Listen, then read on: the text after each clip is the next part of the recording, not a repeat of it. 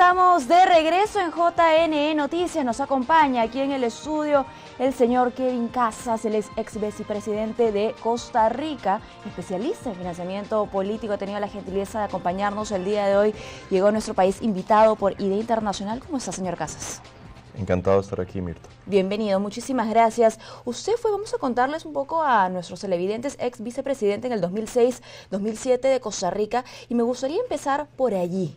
Durante su gestión, ¿cuáles fueron las reformas o los retos más importantes que tuvo en materia electoral su país? Mire, yo creo que los retos que en temas electorales tiene un país como Costa Rica no son sustancialmente diferentes de los que tiene cualquier otro país de América Latina. Yo creo que ya a estas alturas Costa Rica, pero también Perú, han logrado superar algunos aspectos básicos, fundamentales, fundacionales del sistema electoral, como la prevención, en términos generales, la prevención del fraude, la creación de padrones electorales confiables. Y es justamente por eso, porque ya esa etapa ha sido, en términos generales, superada, que países como Costa Rica, como Perú, como prácticamente toda América Latina están hablando de manera muy insistente, tienen un debate muy intenso sobre el tema de la regulación del financiamiento político. Así es. Que es un tema mucho más complejo, más sofisticado y que presenta retos aún para democracias muy añejas y muy desarrolladas. Entonces, es justo en este momento que estamos teniendo esta discusión y eso es más bien fruto del desarrollo democrático de la región. Lo que dice es fundamental, estamos en el momento correcto, preciso, el momento de discusión, de debate, de reforma electoral aquí en nuestro país. Usted lo sabe, ha estado además en conversatorios, en reuniones con congresistas. ¿Cómo ha sido recibida su visita? ¿Cuáles han sido los temas más importantes de conversación en cuanto a reforma? Viera que muy bien. La reunión que tuvimos con un grupo importante de congresistas, miembros de la Comisión de Constitución del Congreso, que es donde se está discutiendo los proyectos, que son varios, de reforma a la regulación del financiamiento político.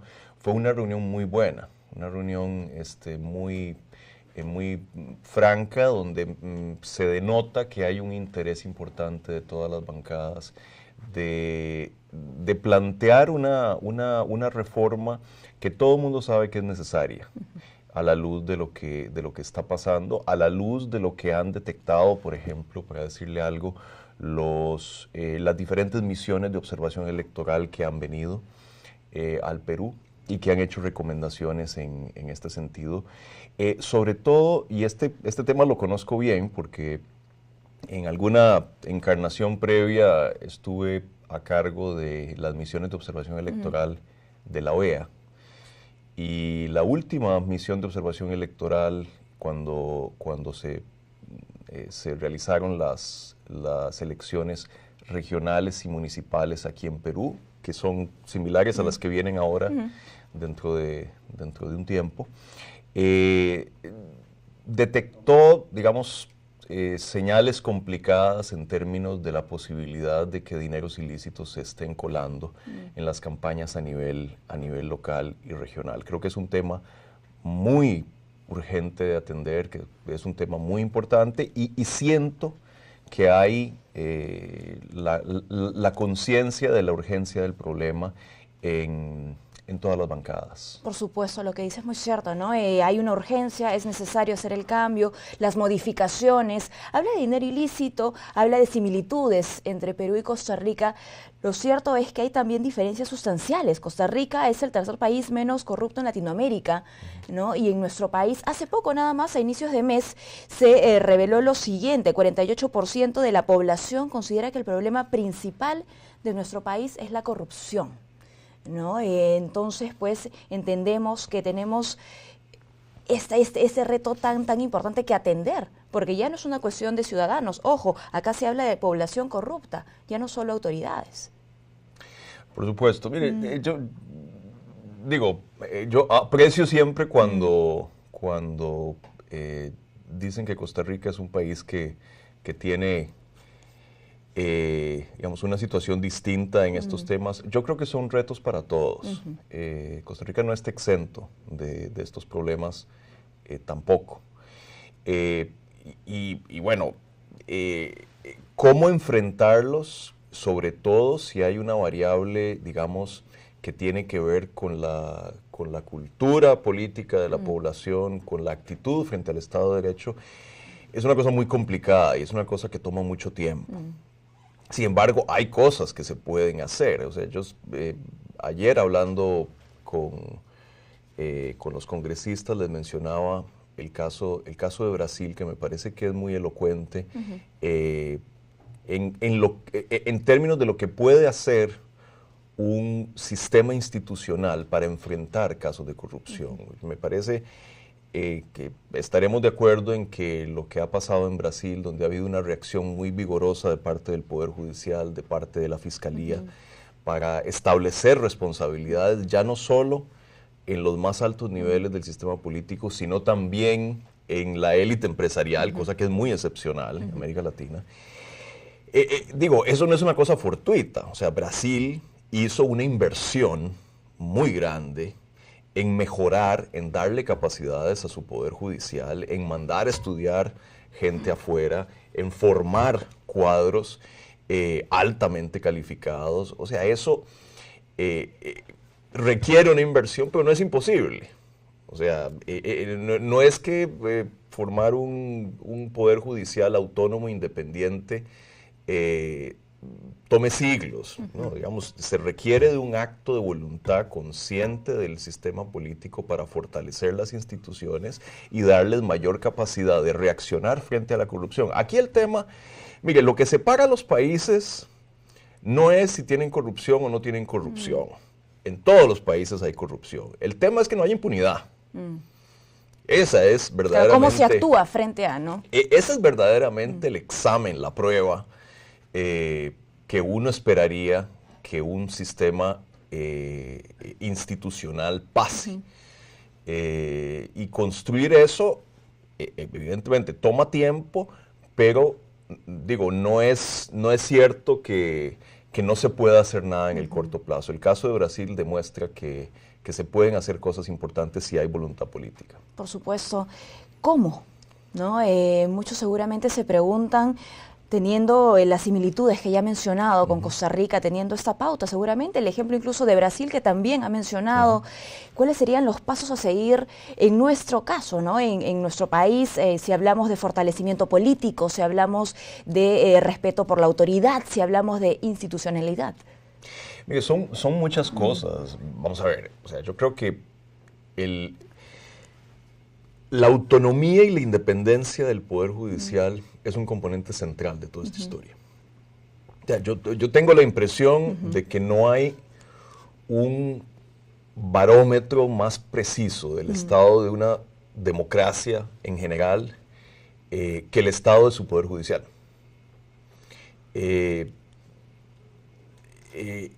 Digo, hace un tiempito leía un estudio interesante que se publicó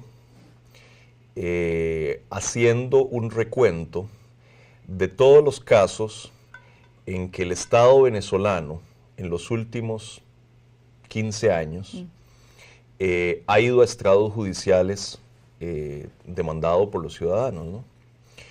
Y resulta que en los últimos 15 años, de algo así, si la memoria no me falla, son algo así como 14,000 casos, una cosa así, no hay una sola condena contra el Estado venezolano. Bueno, eso le dice algo sobre lo que pasa en los estrados judiciales, le dice algo sobre el estado general de la democracia, ¿verdad? Entonces, ¿dónde está nuestra mirada fiscalizadora también, no? Entonces, yo creo que la independencia, la autonomía del Poder Judicial es un componente central de esta historia. Eso tiene que ver con el control de los recursos financieros, cuánto control tiene el Poder Judicial sobre su propio presupuesto. En Costa Rica, por ejemplo, el Poder Judicial cuenta por norma constitucional con un porcentaje determinado por la Constitución del presupuesto que nadie puede tocar.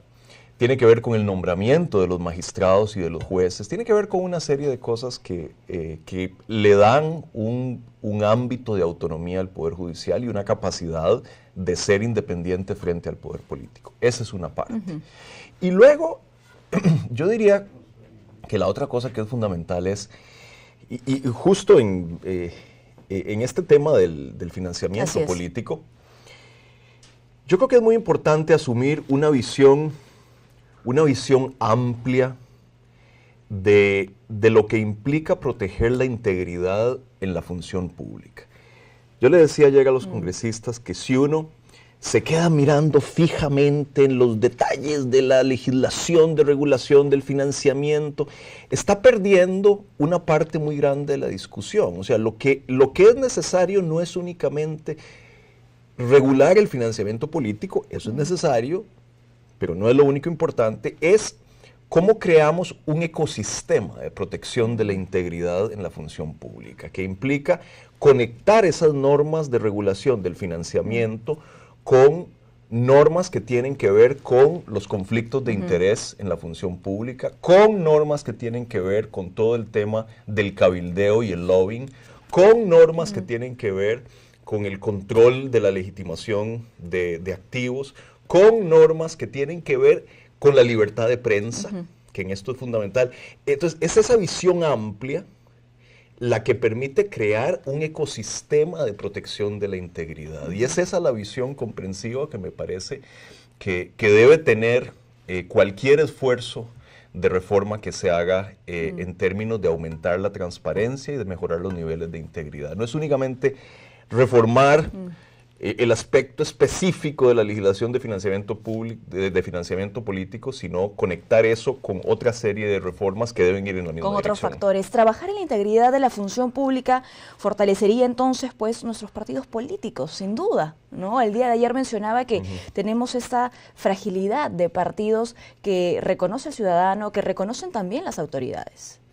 ¿Cómo no? Ese es un tema, y es un tema particularmente agudo aquí en Perú. Perú tiene un problema serio de fragilidad y volatilidad de los partidos políticos, cuyas raíces son complejas, pero hay una que es muy importante y que yo pensaría que, bueno, y sé que ha sido motivo de discusión en el pasado y probablemente lo va a seguir siendo en el futuro, que es el sistema electoral.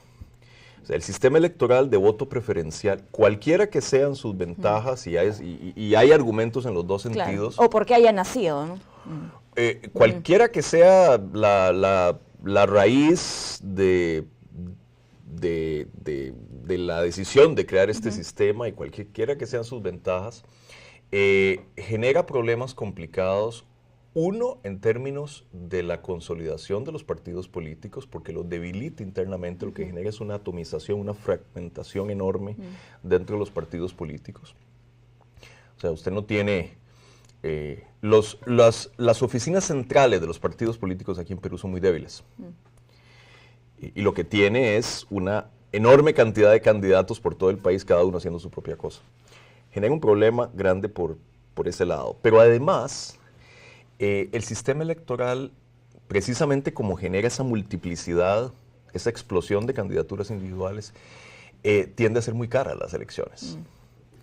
Y no solo muy cara las elecciones, sino que tiende a complicar enormemente cualquier esfuerzo para controlar el flujo de dinero dentro de la campaña. Porque usted, qué sé yo, alguien me decía ayer que en las elecciones regionales y municipales que vienen, van a haber más de 100,000 candidatos. Así es, esa es la proyección. Imagínense lo que es controlar la entrada y el gasto de dinero en una situación en la que usted tiene 100,000 candidatos. No hay organismo electoral que esté en capacidad de ejercer un control efectivo sobre eso. Y todo eso es un resultado directo del sistema electoral. Entonces, digo, el sistema político en este país, los actores políticos, decidirán lo que mejor les convenga, pero yo pienso que una discusión racional sobre las implicaciones de este sistema electoral, que son muchas y no todas buenas, es necesaria en Perú. Y solo para mencionar una cifra, más de 36 millones de dólares, ojo, hay que recordarlo, saberlo, porque sobre eso tenemos que trabajar, fueron dados por Odebrecht a diferentes autoridades entre el 2006 y 2015 en nuestro país.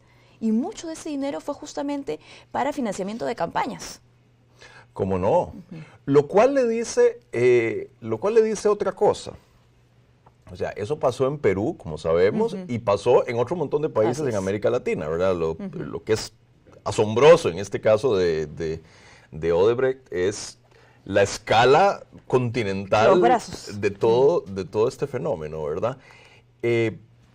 Una de las cosas que este caso de Odebrecht le indica, y esta es una parte central de esta historia, es, si usted revisa la legislación de regulación del financiamiento político en prácticamente toda América Latina, las donaciones de origen extranjero están prohibidas. Y vea lo que pasó. Entonces, el dato central en este tema del financiamiento político en América Latina es el abismo que hay entre lo que está en las leyes y lo que pasa en la realidad. Entonces, una recomendación que yo le hacía a los congresistas ayer e incluso a los miembros del Jurado Nacional de Elecciones y de la OMPE es, miren, si van a poner una prioridad en el centro de los esfuerzos de reforma, de regulación del financiamiento político, más que seguir desarrollando sofisticadísimos marcos normativos, yo diría que la prioridad debe ser asegurarnos de que la legislación que está en los libros sea creíble y se aplique. Y eso pasa por darle recursos humanos, recursos financieros, capacidades, prerrogativas jurídicas a las entidades encargadas de supervisar el financiamiento político. O sea, más que un marco normativo cada vez más sofisticado, lo que deberíamos hacer, y no solo en Perú, me parece que este es un problema general en toda América Latina, es enfocarnos en la credibilidad del marco normativo y en su aplicación. Y eso es un trabajo de carpintería menos visible, pero yo creo mucho más importante. Y por supuesto que esperamos llevar a la práctica. Muchísimas gracias, señor Casas, por habernos acompañado en esta jornada informativa, haber compartido además, por supuesto, sus opiniones, su especialidad, que es el financiamiento político, repetimos, y la experiencia que tiene usted, por supuesto, dentro de su país. Muchísimas gracias. Encantado, Mirta. Gracias. Hemos conversado con Kevin Casas, ex vicepresidente de Costa Rica, especialista en financiamiento político. Hacemos una pausa y regresamos con más aquí en JN Noticias.